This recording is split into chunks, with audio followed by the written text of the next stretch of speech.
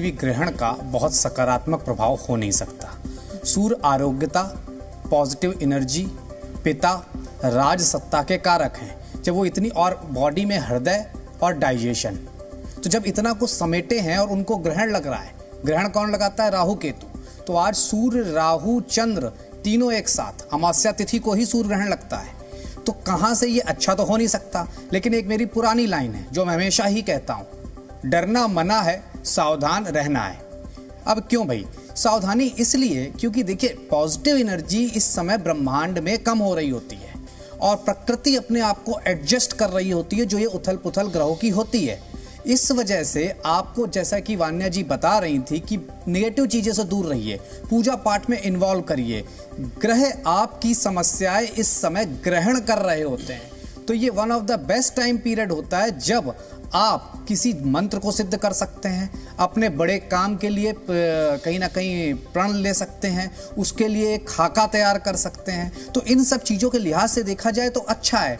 खराब इसलिए हो जाता है कि भाई ऑक्सीजन की कमी, प्राणवायु की कमी सब सूर्य के इर्द गिर्द है, और जब ये कम होती है तो हेल्थ को नुकसान हो सकता है, निगेटिविटी बढ़ जाती है संसार में। तो इसलिए कहा जाता है धारदार चीज़ों से दूर रहिए या इस तरह की चीज़ों से दूर रहिए, क्योंकि भाई ऑलरेडी निगेटिविटी इस समय बढ़ी हुई होती है अगले 1 से 2 दिन।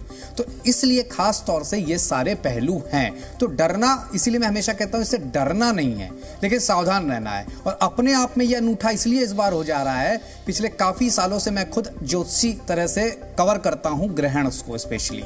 तो इस बार 3 ग्रहण एक साथ, पूर्ण, आंशिक और वलयाकार, रिंग ऑफ फायर, ये अपने आप में अचंभित करने वाला है। तो इसलिए बहुत इंपॉर्टेंट हो जाता है। लेकिन सूतक के नियम भारत में नहीं एप्लीकेबल है, तो इसलिए बहुत घबराना नहीं है।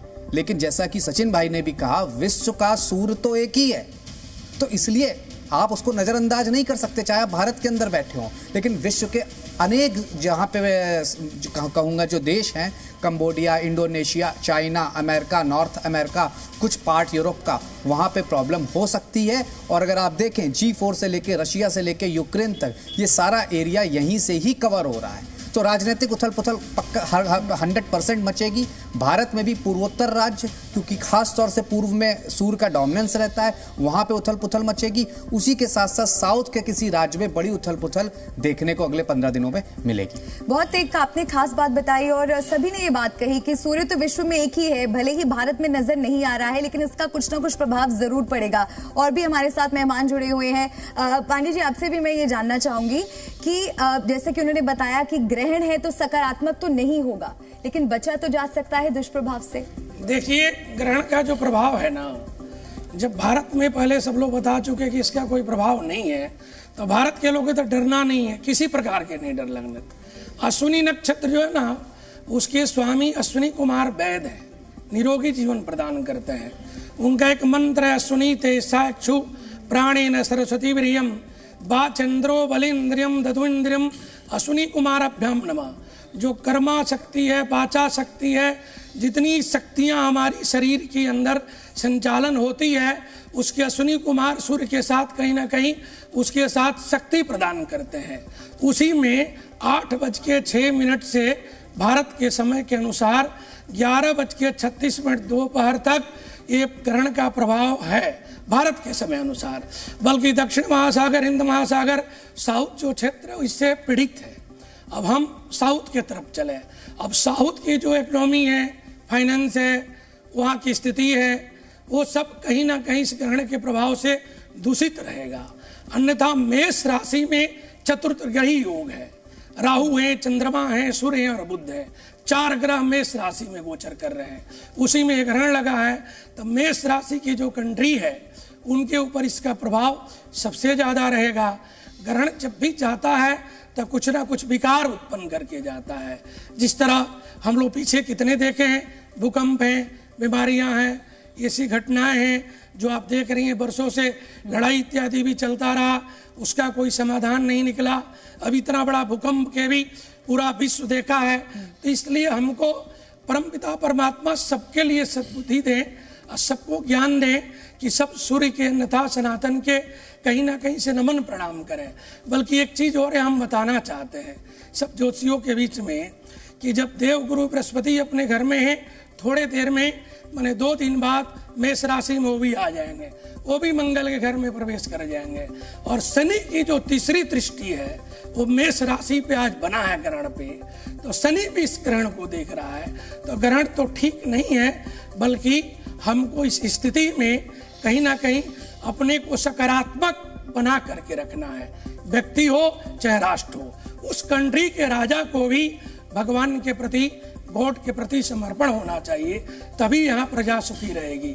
जहाँ राजा अपने आप को समर्पण किया है, अन्यथा सनातन या देवताओं के सानिध्य में रहा है, उसकी प्रजा के ऊपर भी कष्ट के समय में ये ग्रहण का प्रभाव कहीं ना कहीं कम हो जाता है। तो सब मिला जुला करके भारत के लोग इस पे कोई विचार ना करें, न माता न बहन न गर्भवती स्त्री, वो लोग स्वतंत्र हैं, अपना बनाएं खाएं, देव पूजन करें, देवार्चन करें, शिवार्चन करें। अदर कंट्री के लोग इसके लिए सबसे ज्यादा ध्यान रखने की जरूरत है। ये आपने एक ऐसी बात बताई, मुझे लगता है कई लोगों ने राहत की सांस ली होगी, क्योंकि सबसे ज्यादा डर गर्भवती महिलाओं को लगता है ग्रहण के वक्त। लेकिन जरूरत नहीं, क्योंकि भारत में ही नहीं, जब भारत में उसका ना कोई दोष है ना उसका कोई भय ग्रहण के कारण है, तो हमारी माताएं बहनें, देवालय शिवालय सब खुला है, सारा मंदिर में पूजा हो रहा है, हम खुद पूजा करके सुबह आए हुए हैं, हमारा आरती हो रहा है, देवार्चन हो रहा है, वैष्णो देवी खुला है, माँ कामाख्या टेम्पल खुला है, सारे मंदिर में पूजा हो रहा है, सब पुजारी लोग पूजा कर रहे हैं, मंत्र जप कर रहे हैं, यज्ञ कर रहे हैं, अनुष्ठान कर रहे हैं। हाँ, आप साधना कर सकती हैं, आज साधना का समय है। ग्रहण काल में कोई ज्योतिषी, कोई व्यक्ति अगर कुछ अपने जीवन में लक्ष्य के प्राप्त करना चाहता है तो इष्ट के साधना करें।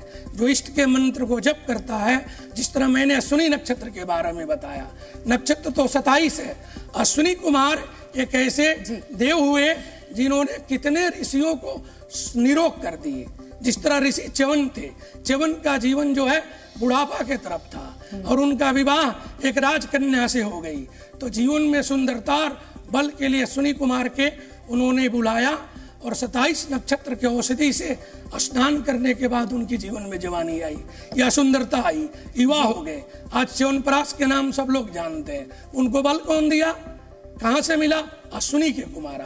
तो वही अश्विनी आज नक्षत्र है। ऐसे गंडमूल नक्षत्र आता है, इस नक्षत्र का दोष भी होता है, बल्कि इसमें औषधि का निर्माण, इष्ट की साधना ग्रहण काल में किया जाता है। जी न्यूज़।